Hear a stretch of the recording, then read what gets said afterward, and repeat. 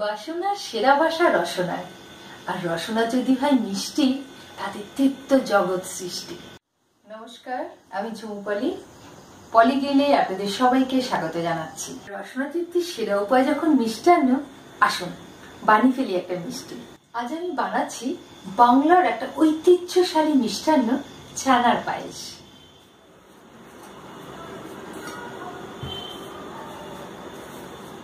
ছানার পায়েস বানাবার জন্য আমি 2 কেজি দুধ কাটিয়ে ছানা তৈরি করে নিয়েছি।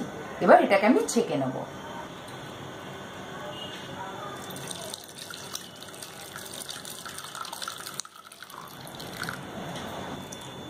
ছানাটা একটু ধুয়ে নিন।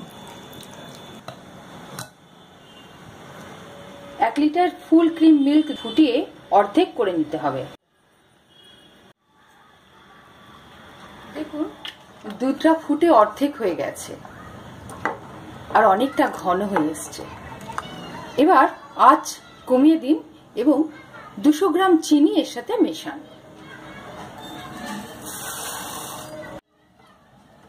জাস্ট 2-3 মিনিট দুধটাকে ফুটতে দিন। যারা সুগার ফ্রি ট্যাবলেট ব্যবহার করেন তারা এই গরম দুধে ট্যাবলেট ফেলবেন না। এবার ছানাটাকে এর সাথে মিশিয়ে দিতে হবে। ক্রমাগত নাড়তে হবে যতক্ষণ না দুধটা ঘন হয়ে আসে। মনে রাখবেন, ছানাটা ভালো করে ধুয়ে নিতে হবে, না হলে এই দুধটাও ছানা হয়ে যেতে পারে। এবার 1-4 চামচ দারচিনি এবং এলাচ গুঁড়ো মিশিয়ে দিন। ভালো করে মিশিয়ে দিন। আমার ছানার পায়েস হয়ে গেছে। এবার গ্যাস বন্ধ করে দিন। 10 মিনিট ঠান্ডা হতে দিন। তারপরে যারা সুগার ফ্রি ট্যাবলেট খান সেগুলো মিশিয়ে দিতে পারেন। ঘরোয়া অনুষ্ঠানে বা উৎসব পার্বণে অতিথি আপ্যায়ন করুন এই ছানার পায়েস দিয়ে।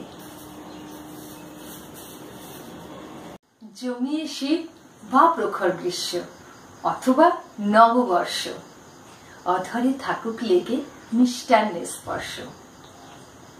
এরকম আরো রসনা তৃপ্তির উপায় জানতে আমার সঙ্গে থাকুন। আবার দেখা হবে। টাটা।